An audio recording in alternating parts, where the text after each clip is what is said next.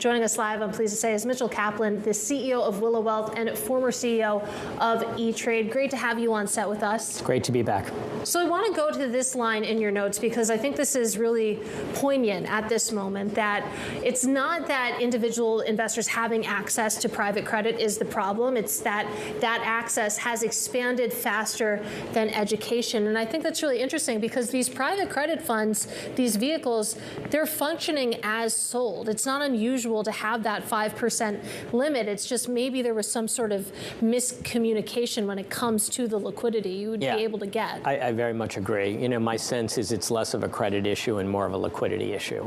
And there's just a mismanagement in expectations, right? I think one of the things that's really important is, as we talked about last time, education. And it's really important that consumers, whether they're direct like our customers or even through the advised channel, really have a fundamental understanding of what semi-liquid means. And you set a realistic expectation around the limits and things like that. If you educate your consumers, I think there's less of a surprise.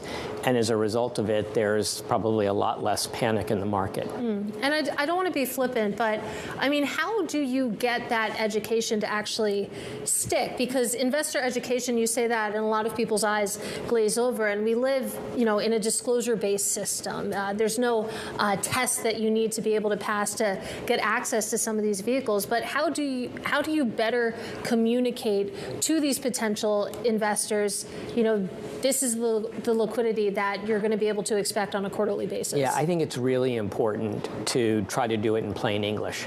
And to your point, there's so much disclosure out there, and it gets buried. And it gets buried in a 30-page document, and so people don't really understand it.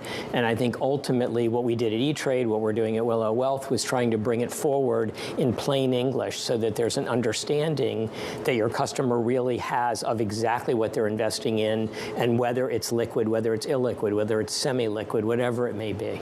Well, give me a sense here, and when we start to talk about the difference also between going through the wealth advisor channel and going directly, because this gets to this idea of what the expectations are, and also, I guess, to that matter of education and who's maybe doing the education or not.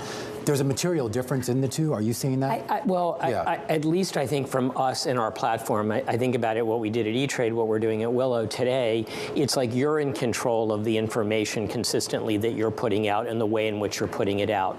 When it gets into the advised community, it's the advisor having the conversation with the customer. Mm-hmm. So are you sure that that advisor is having a fully informed conversation so the investor, and listen, one of the things that's been interesting to us is we've seen no calls, no reaction from any of our customers. And I think our thesis is, and it's bearing out, that a lot of the redemption requests in retail are coming through advisors as opposed to direct. Are there any parallels, though, between maybe what we're seeing now with regards to the mismatch in expectations and even what we saw with the advent of more direct, just regular trading of equities and stuff? Because there were a lot of stories back then of people 100%. Buying stuff and not understanding, particularly when options became available to a lot of folks, not understanding the multiplicative effect, both to the upside and the downside. 100%. So you see a lot of parallels between that? I do, and I think, listen, one of the things I watched happen at E-Trade over a decade was that in the early days, we tended to have a lot of hyperactive traders, and then you went through the internet bubble, and a lot of them lost a lot of money and were no longer clients. Mm-hmm. And I think it became really important to us to understand how did we lean into better education, better technology and tools to set guardrails. And I think ultimately when you're building a platform that's its sole mission, it's easier to do and administer consistently.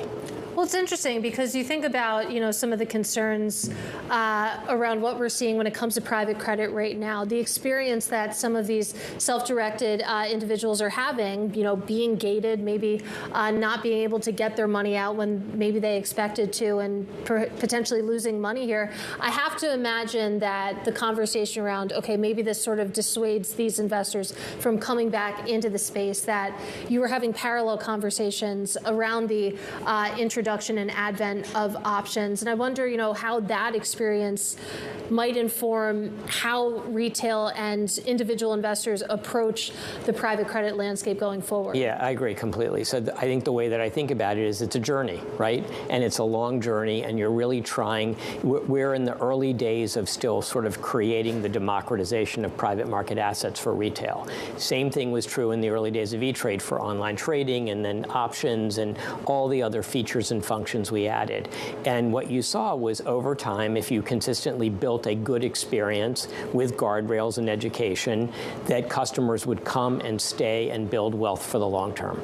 So as we go forward with this, I mean, this seems more of a hiccup on the road to whatever we want to call it, the democratization of private assets here.